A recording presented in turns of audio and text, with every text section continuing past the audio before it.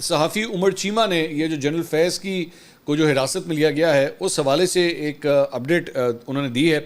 انہوں نے کہا ہے جی، میں نے ویسے اس کا ذکر بھی کیا تھا پچھلے ویلاگ میں کہ جی پاکستان تحریک انصاف کے دفتر کے اوپر وہ جو چھاپا مارا گیا تھا پچھلے دنوں، جو ان کا سیکریٹریٹ جو ہے وہ سیل کر دیا گیا تھا، اس سے پتہ چلا ہے کہ پاکستان تحریک انصاف سوشل میڈیا کے ساتھ ساتھ عمران خان اور روپوش رہنماؤں سے بھی رابطے کر کے ان کی رہنمائی کر رہے تھے. جنرل فیض کے حوالے سے یہ بات سامنے آئی. عمر چیمہ نے یہ کہا ہے.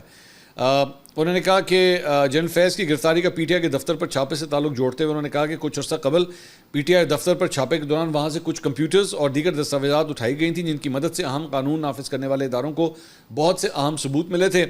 ثبوتوں کی روشنی میں پتہ چلا کہ فیض حمید پی ٹی آئی کے لیے سہولت کاری کا کردار ادا کر رہے تھے اور وہ پی ٹی آئی کے روپوش رہنماؤں سے بھی رابطے میں تھے، چونکہ ان کا تعلق خود ایک بڑی ایجنسی سے تھا، اس لیے وہ انہیں ایجنسیوں سے بچنے کے طریقے بھی بتاتے تھے. انہوں نے مزید کہا کہ عام تاثر ہے کہ فوج چیلنج کو مینج نہیں کر پا رہی، تو اس کی ایک وجہ یہ تھی کہ فوج کے اندر سے لوگ جو ہیں وہ پی ٹی آئی کو گائیڈ کر رہے تھے. اور کچھ عرصے سے نوٹ کیا جا رہا تھا کہ پی ٹی آئی کی سہولت کاری کے شیخ الشیوخ جنرل ریٹائرڈ فیض حمید ہیں، جس کی وجہ سے اب یہ فیض حمید صاحب کے اگینسٹ جو ہے یہ ایکشن بھی ہو رہا ہے. اچھا، پاکستان پیپلز پارٹی کے رہنما ہیں قادر خان مندوخیل صاحب، وہ کل ایک پروگرام کے اندر آئے ہوئے تھے اور وہاں پہ تحریک انصاف کے سینٹر ہمایوں محمد بھی جو ہے وہ وہاں پہ موجود تھے.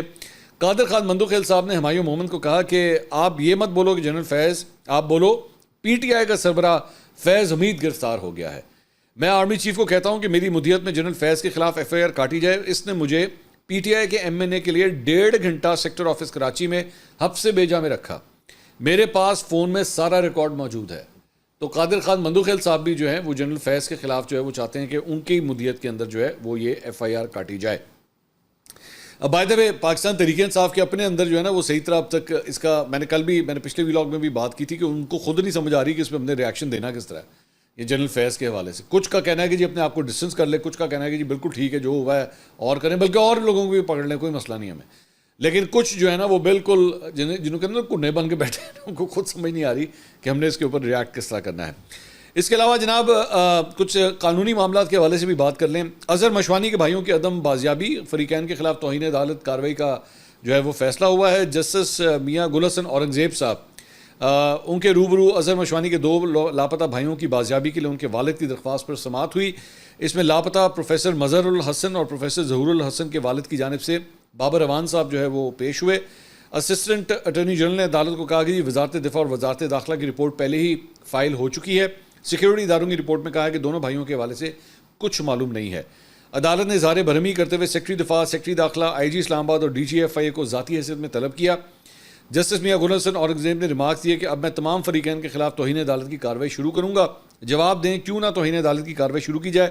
عدالت نے کیس کی سماعت جو ہے وہ 15 اگست تک ملتوی کر دی ہے. اب ان دونوں افراد کے بارے میں کچھ پتہ نہیں لگ رہا. اظہر مشوانی خود جو ہیں وہ لنڈن میں ہیں اور پاکستان تحریک انصاف کے وہاں پہ جو احتجاج ہوتے ہیں اس کے اندر وہ شرکت بھی کرتے ہیں.